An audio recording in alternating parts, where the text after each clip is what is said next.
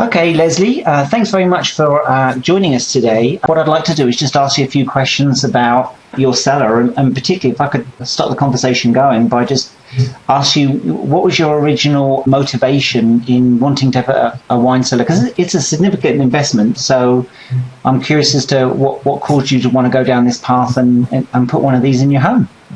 There was a few reasons. One of them is the closest decent wine storage that I have is about 20 miles from my house, and I also travel quite a bit. And an issue for me was I also love to entertain, and I go to a lot of wine dinners. So it was always a big issue for me when a wine dinner came up.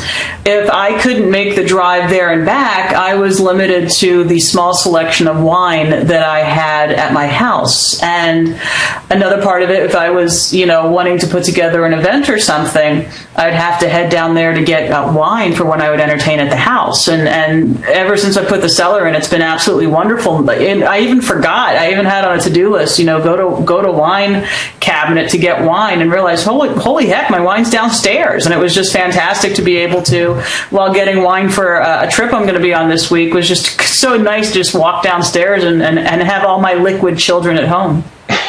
Liquid children. So it sounds like you're quite a big entertainer then. Yeah, I've only had this house close to 2 years. I do live a little remotely, so I don't have a lot of parties, but when I do, I have a lot of wine friends based in Southern California, and having a cellar when you have fellow wine heads, having a cellar is something that's really great. I'm constantly doing wine events here, or I'm going to wine themed dinners or putting together wine themed dinners, and absolutely. And when I'm not doing things here at the house, I do a lot of remote wine events as well when I travel all over the country. This weekend I'm going to be in New York, and we're doing a wine dinner there. As long as the world doesn't end on the 21st, we're going to be having a dinner to celebrate on the 22nd. So when you travel somewhere else, would you source the wine locally where you are, or would you use your ready kind of store of wine and take it with you? How would that work? A little bit of each. Before airlines, the whole liquid on planes thing has been a gargantuan bummer, because if you have a stopover and you have a really nice bottle of wine and you're stopping over somewhere and it's 80 degrees, you're really taking a chance you shouldn't take. So a lot of times, if I'm doing a stopover, I might ship or FedEx my own personal wine there. I don't know how to word this politely, but the people that I hang with, a little bit more of the educated bunch, not saying that other people aren't, but they know their wine, and it's usually just walking into a store and being able to get a bottle of wine is not going to make the other people, it's not going to be at the same quality of the wines that other people are bringing to the. So it sounds like you're clearly quite particular. What type of wines do you plan to stock your cellar with? What's your thought process in terms of selecting wines? Do you have particular wines from different countries you like, or different styles of wine, or just give us a bit of a feel for that? I'm very big into California. I don't do the French as much. I'm very scared to head down that slippery slope. Syrah's my largest. Syrah's my largest that I have in my cellar, with Saxum being my largest Syrah vineyard that I have in my collection. After Syrah, it's Cabernet, and I think Switchback's my largest one there. And then I'm also a very big fan of German Rieslings and Sauternes. Maybe what we could do is just take a quick tour of, because I don't think your cellar is 100% complete yet, but what you've done here on this page is you've uploaded a lot of pictures of the process and everything, which is really interesting. So maybe between you and Jerry, you could kind of talk us through the different images. I'm guessing a good place to start might be with Jerry and the drawings, with the drawing picture. Would that be a good place? What I initially received from Leslie was a floor plan with some dimensions, and we had a short conversation about how she wanted to manage and display and store the wines. So these wine. Hold on, please. Someone really likes you, Jerry. Yeah, let me just turn the volume down. I'm going to have to train Jerry to turn his cell phone off. That's going to be a tough sell. So he's very customer service focused, so good luck with that one. Right. Thank you so much. So after a conversation with Leslie and learning about how she wanted to manage and store and display the wines, and how many wines, how many bottles she actually owned and needed to store, she shared with me the floor plan of the room, which we're looking at here now, the plan view or the overhead view.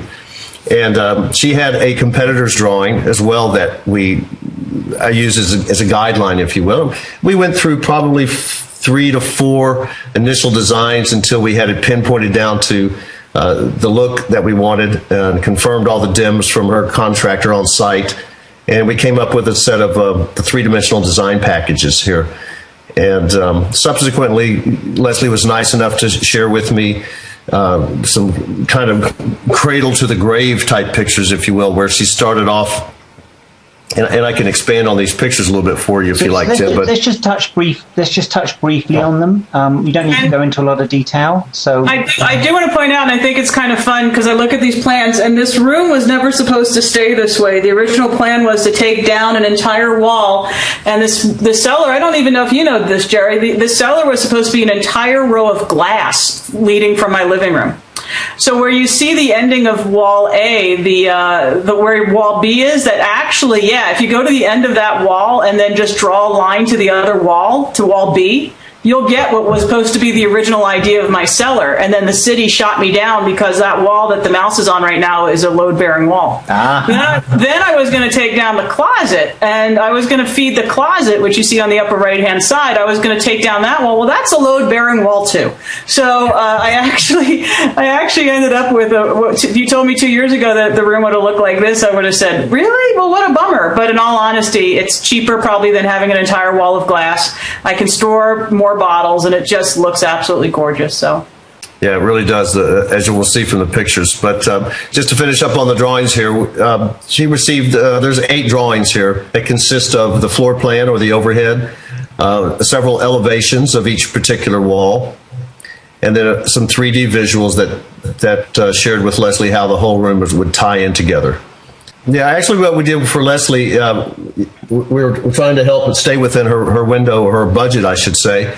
So we combined a line of semi-custom wine racks that are double deep to double the storage along the left side wall. And we combined some custom features in as well so that we could achieve some of the features that she was trying to include in the wine room. So this is a combination of semi-custom cellarage as well as custom.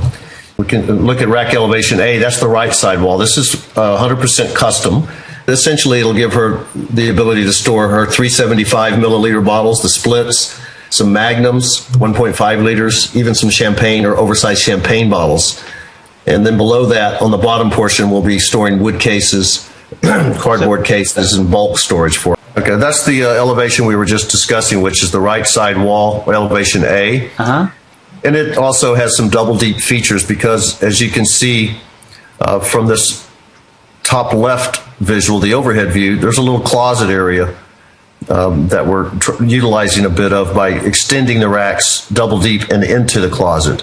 Oh, so that's here. That's what you're referring to. And then we're going to go with modular. It's kind of sneaky what we're going to do. We're going to go with modular storage below, because then I could pull out those shelves, and then I could, if I need to, use that back area to store a couple wine boxes or whatnot. But I do think it's an important point to note that the racking, the size of the bottle opening is very impressive. The bottles that I thought I was going to need to store in the champagne area, I'm actually able to store in standard racking, which is just a wonderful thing.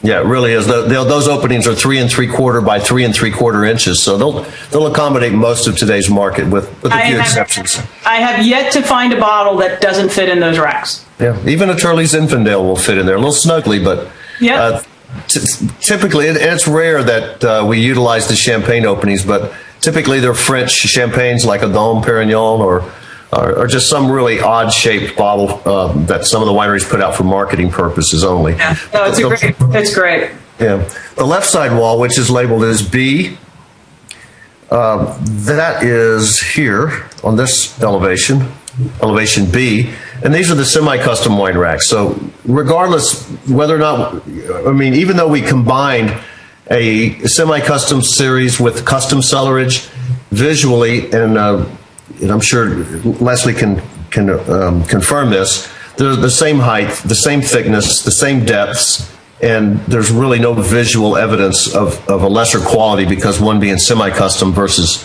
custom. The semi-custom line is significantly less money, but the same quality wood, the same quality craftsmanship as well. So she's got on that particular wall double deep storage, for the most part single bottle openings, well actually 100% single bottle openings, but she has the high reveal display row that tilts the bottle at a 15-degree angle, approximately 40 inches above the finished floor. So that's a great way to help her manage her wines, because she can store like wines above and below the displayed area. It also lends a good deal of character to the wine room. And we added rope lighting to that, which just looks very, very pretty. And another thing I'll just say about the racking, because when we were putting together the racking kits, and I realized that the top was 2 separate kits, and I was like, wow, I don't know if this is going to look that good. And you can see even in the plan that has an additional detail up there, and then it goes away for the right side where you see where it says custom. And I thought, wow, is this going to look good? It actually adds quite a bit of character to the room. It actually looks really cool. Well, we've got some pictures here. If I can figure out how to get to the pictures on this. Yeah. If you go to the very last day, if you go back to where it says, go to the left and you'll see where it says Leslie Fisher House Wine Construction Photos. Click on Wine Cellar Construction.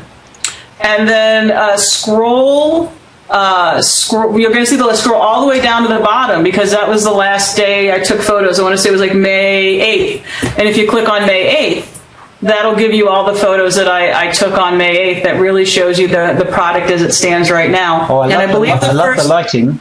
It's very nice. Yeah, the first photo is no lights on in the room whatsoever, with just the rope lighting on. And then if you head here to this photo, that's not full light. That's just like a minimal light. And I'm if you guys need it, I'll be more than happy to put all the lights on and take photos for you. That's no problem at all.